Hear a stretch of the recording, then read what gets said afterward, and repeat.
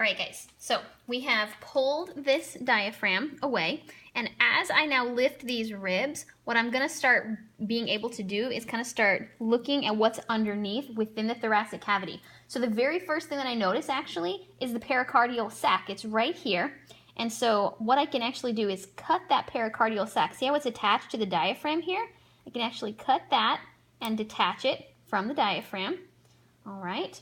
And then I'm going to cut these ribs back just a little bit further.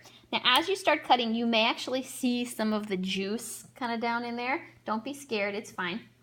I'm going to come all the way up here along the heart. So this pericardial sac is attaching itself to the posterior aspect of the sternum as well. So I'm going to kind of come along on this other side.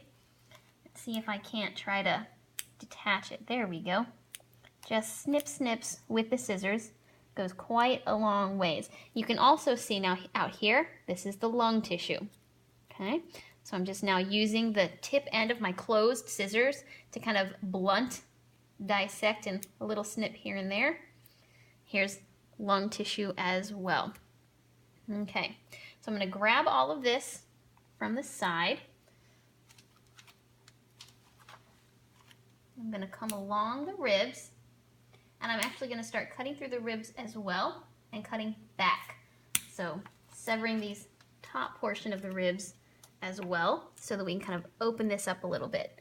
It's a little rough, so you got to really give it something. There we go. All right. I'm going to do the same thing on this side. I'm going to kind of separate a little bit.